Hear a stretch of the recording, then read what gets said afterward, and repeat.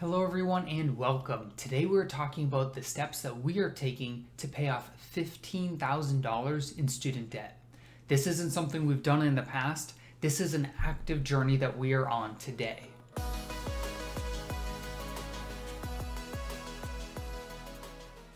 It all begins with your goals. What are you trying to achieve? You set up what your finish line looks like, and then you map backwards to see how am I going to attain that? What steps am I going to take? You have your strategy, and then you have the tactics which support your strategy to get you to your goal.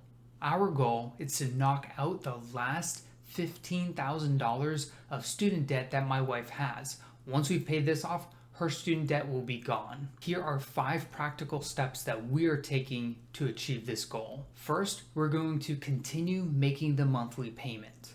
Now, we're in a time right now with the coronavirus, and we are able to suspend payments if we would like, but we're choosing to actively continue to make those payments every month. We are fortunate to be able to make those payments. Not everyone right now can do that, and we recognize that. But at the same time, we are able to, so we are not going to stop making payments. We will continue doing so. Even though right now everyone's saying invest or do this or do that, we're going to continue making payments. What's also helpful in this circumstance is that right now everything is interest free in terms of federal government loans, and that applies to the loan that we're working with today. And so we're able to get a boost in paying off this debt because we're no longer paying interest, at least for the next 6 months. The second step in achieving this goal is identifying extra money in our income that we can apply to the goal. We had done this in the past, so we've actually already paid off about $10,000 off of this loan, but in order to achieve our goals faster, I actually went out and got a new job that pays more so that I can achieve my goals faster. That was a situation where I just reflected on my own career and said, hey, the input that I'm giving to my company has grown significantly over the years, but my paycheck hasn't changed all that much. Step back and assess, what are the skills that you have? What are the skills that I have? How do they apply to my current workplace? And if I took these skills elsewhere, would they be worth more? After doing a little bit of research on my own, I recognized that they were worth more. Over 4 or 5 years, I had grown in my career, and it wasn't necessarily being recognized at my current company, so I ended up changing to a new company. That is helping us tremendously get ahead with our goals. I'm not telling you to go ahead and quit your job today, but just assess, is the value that I'm providing worth it here, or would it be worth more elsewhere? We had identified extra money in our income prior to me getting a new job, and that was helping pay off our debt. But I recognize, hey, if I go get a new job, I could make more to help speed up this whole process. So even if you have a great paying job or not a great paying job, regardless of the situation, look for ways that you can pay off your debt faster. If you need help doing this, check out my How to Budget video. That goes into how we take every dollar of our income and assign it to different jobs so that we know exactly how much we have to set towards our goals. The third way that we're paying off this student debt is through my landscaping side job. I'm an analyst by day and landscaper by night. So when I get home from the office, I head out and I'm mowing lawns. I've always really enjoyed lawn care, and about 3 years ago, I started a landscaping side job.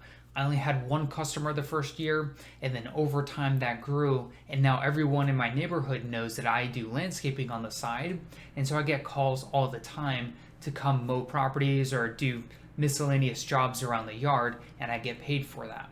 So for this summer, we've identified that any income from that job or any profit from any of that work is going to go towards our student loans. That could look totally different for you. You may not have a side job, you may have one. Whatever the case is, you're going to always look for ways of making more money on the side, regardless of what it is. For me, it's landscaping. For you, it could be something totally different. The fourth way we're looking to pay off this student debt is through the stimulus check.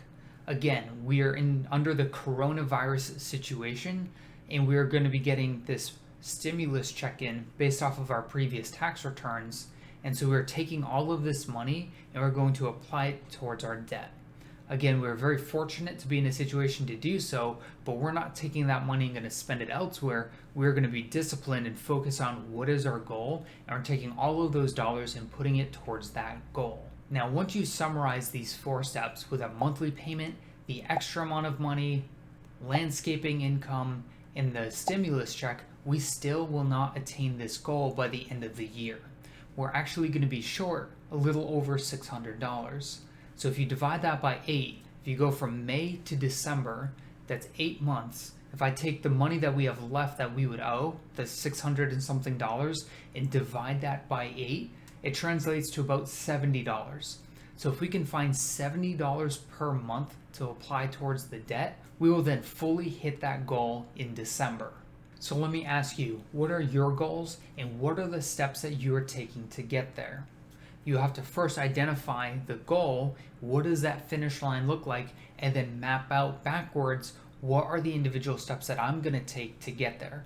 And for us, we're taking all of our extra income, regardless of where it is, whether it's extra just from our paycheck, or we're going to look for money that's $70 in our paycheck, or it's that landscaping income that we're getting, or the stimulus check, whatever it is, we're focusing all efforts right on this one finish line, and that is the only way that we're going to get here in the time frame that we want to.